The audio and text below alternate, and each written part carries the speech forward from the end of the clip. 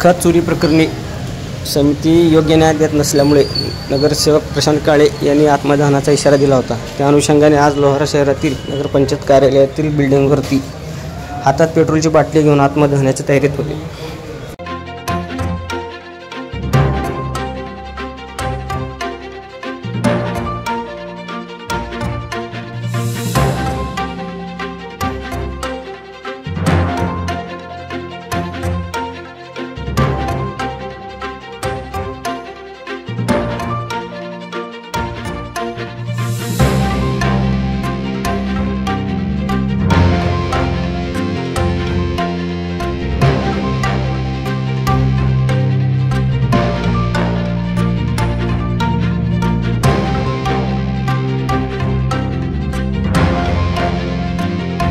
नगरपंचायतमध्ये मी आज 9 महिन्यापासून खत चोरी गेल्या प्रकरणी अमर उपोषण केलं होतं। अमर उपोषण केल्यानंतर जिल्ह्याची चौकशी समिती नेमवली।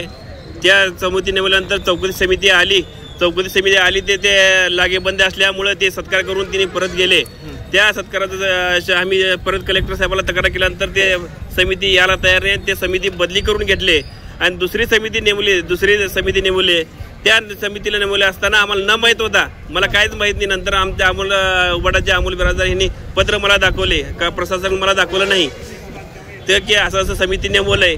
तर मी त्या कोण समिती नेमवलं तर मी असं डेंगळे पाटील नगरविकास अधिकारी आहेत त्यांना विचारलं तर डेंगळे साहेबांना विचारलं तर डेंगळे साहेब म्हणले की तुळजापूरचा शिव असं तिथं तुम्हाला अधिकारी नेमवलंय, तिला तुम्ही बोलून घ्या।